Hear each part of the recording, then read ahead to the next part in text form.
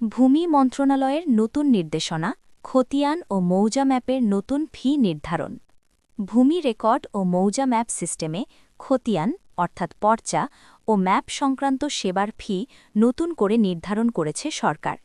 মন্ত্রণালয়ে স্বাক্ষরিত এক পরিপত্রে এ সংক্রান্ত নির্দেশনা জারি করা হয়। পরিপত্রে উল্লেখ করা হয়েছে, ভূমি রেকর্ড ও মৌজা ম্যাপ সেবাকে আরও টেকসই ও জনবান্ধব করতে সেবা মূল্য পুনর্নির্ধারণ করা হয়েছে। নতুন ফি কাঠামো। নতুন সিদ্ধান্ত অনুযায়ী যে কোনো ধরনের খতিয়ানের অর্থাৎ পর্চার সার্টিফাইড কপি কিংবা অনলাইন কপি পেতে গ্রাহককে মোট ১২০ টাকা পরিশোধ করতে হবে। এর মধ্যে সরকারি ফি ১০০ টাকা এবং সেবা ফি ২০ টাকা নির্ধারণ করা হয়েছে। এছাড়া মৌজা ম্যাপের ফিতেও পরিবর্তন আনা হয়েছে।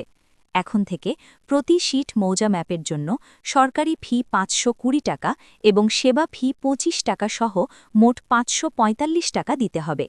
পরিপত্রে আরও বলা হয়েছে, খতিয়ান ও মৌজা ম্যাপের আবেদন এবং সংশ্লিষ্ট সব ধরনের ফি অনলাইনে পরিশোধ করতে হবে।